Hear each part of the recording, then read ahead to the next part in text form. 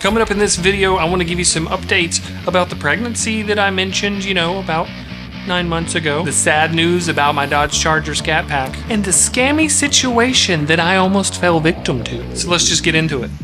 If you've been following along, you know we were expecting the birth of a child in August, and there was a few hiccups along the way. We went to what we thought was a routine checkup, and they let us know he was actually no longer on the weight curve. So there's a curve that's like the progression of time and weight, and the further in the gestation period, the higher the weight should be, and little man was little, like in the 5th percentile range. They call that condition IUGR, which stands for intrauterine growth restriction, and it basically just means that for some reason he wasn't getting the nutrients that he needed in order to grow at the rate that he should have been. As soon as they told us about the condition, they sent us straight to the hospital to get a couple steroid shots to help his lungs develop, and then decided it would be best to go ahead and induce him. So at just a little over 37 weeks, they induced labor.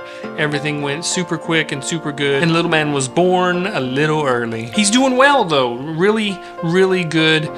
We had forgotten everything that we thought we knew about raising babies at this point since Jackson is 12, but we're trying our best, and it's exhausting. By the way, the new addition to the family's name is Austin, and he's a good little boy. Shortly after Austin was born, it became apparent to me that I really needed a different vehicle. If you know me at all, you know that I really loved my Dodge Charger Scat Pack. Fast, fun, and loud, and technically a pretty practical vehicle. It just no longer seemed to suit the situation that I was in. We could fit the whole family into the car fairly comfortably, but we realized if we wanted to go like on a cruise or some sort of vacation, we'd be very limited on the space we'd have for luggage. Also, the shape of the car, even though I had tinted windows, the sun just came in at such an angle, it went straight into Austin's eyes, and so whoever was sitting in the back seat had to like shield his eyes to make sure, that he wasn't going blind. I always put premium gas in it, which was not cheap, and speaking of not cheap, the freaking insurance on that thing was ridiculous. I like to be pretty transparent, so I don't mind sharing the details. Our paid off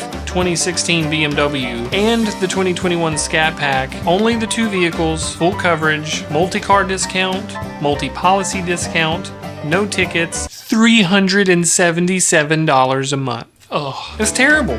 Terrible insurance. We did try shopping around. We tried pretty much everything, trying to keep the good coverage that we needed, and it was just not great. So about 4 days ago, I traded it in for an SUV, which actually knocked our insurance from $377 a month down to $299 per month. Still not great, but I'll take it. The payment on the vehicle is about the same, but it does take regular unleaded gas and get about the same gas mileage as the Scat Pack. And according to a fuel economy calculator online, I'll actually save about $40 a month versus the Scat Pack just in fuel savings, on top of the $78 a month savings on the insurance, and giving us a little bit more versatility and more room. I think it's a win. So we're gonna go outside, I'm gonna show you what I bought, talk about it a little bit, and after that I want to tell you a little story and explain something that you might want to watch out for next time you're car shopping.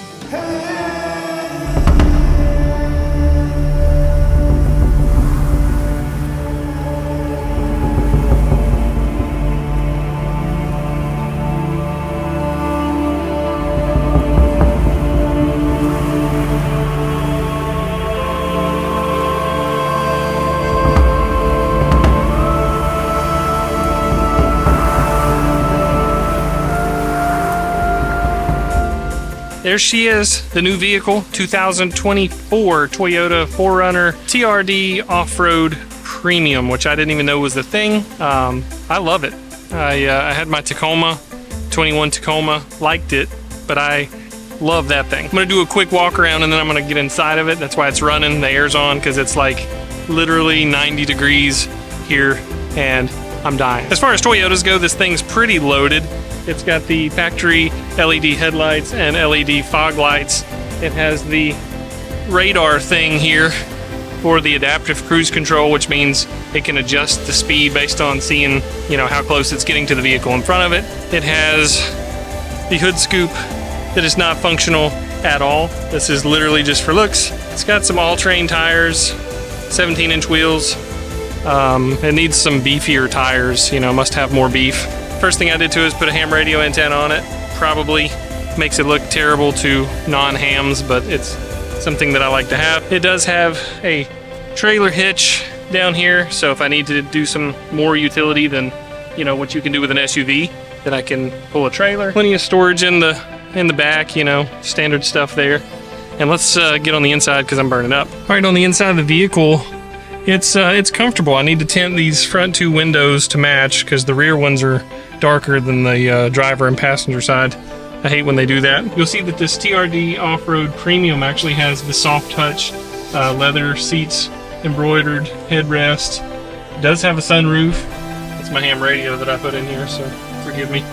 But you'll see up here, this has the crawl control, traction control, A-track, locking rear differential, as well as the what they call MTS, multi-terrain select. So some pretty cool things for off-road. It does support Apple CarPlay and Android Auto. It is wired. The seats in the back have plenty of room for Austin's car seat base back there. And I don't know, I think it's going to be a good vehicle. I'm excited about it, and I will miss the Charger. I'll miss it dearly, but I think it was time to upgrade to something a little bit more utility, a little better for the family as a whole. All right, back inside we go. The glasses are fogged up because it's freaking hot and humid. I was just going to mention the ham radio antenna that I have actually has a fold-over hinge on it here that I can still get in the garage. Like a glove. All right, so the story I was going to tell you is I was originally going to buy a Jeep Wrangler, which in retrospect was probably not the best vehicle for a new baby to be riding around in, but it's what I wanted and Marlena wanted it, so we kind of considered it. But as I was working on the deal with the local Jeep dealer, I actually found on our paperwork that they had the advertised price and then later added on dock fees and added on another non-tax fee, which in the state of Georgia, and I'm pretty sure at the federal level, is actually illegal. It's a deceptive business practice. Whatever the price of the vehicle is that they advertise is what they need to sell it for, and the only things that are usually added on top of that are your ad valorem tax. When I tried to call the dealer out on it, they replied and told me the vehicle I was looking at sold. Interesting. They also then repriced several of the vehicles on their website that I had looked at and increased them by about $4,000. So really take a look at the deal when you're car shopping and make sure that the dealership is not adding on fees above whatever their advertised price is, or you might be paying too much. Well, that's going to do it for this update video. I'm sorry it's been a while. We're not vacationing and cruising and things like that. We've got a new baby. There's not a lot of super exciting things going on, but I may make some videos about modifications that I'm looking at doing to the 4Runner, and maybe some light off-roading in it. Anything that we get into, I might try to make some videos. Who knows? I just won't let this channel die. Thanks for watching. I'll see you in the next video.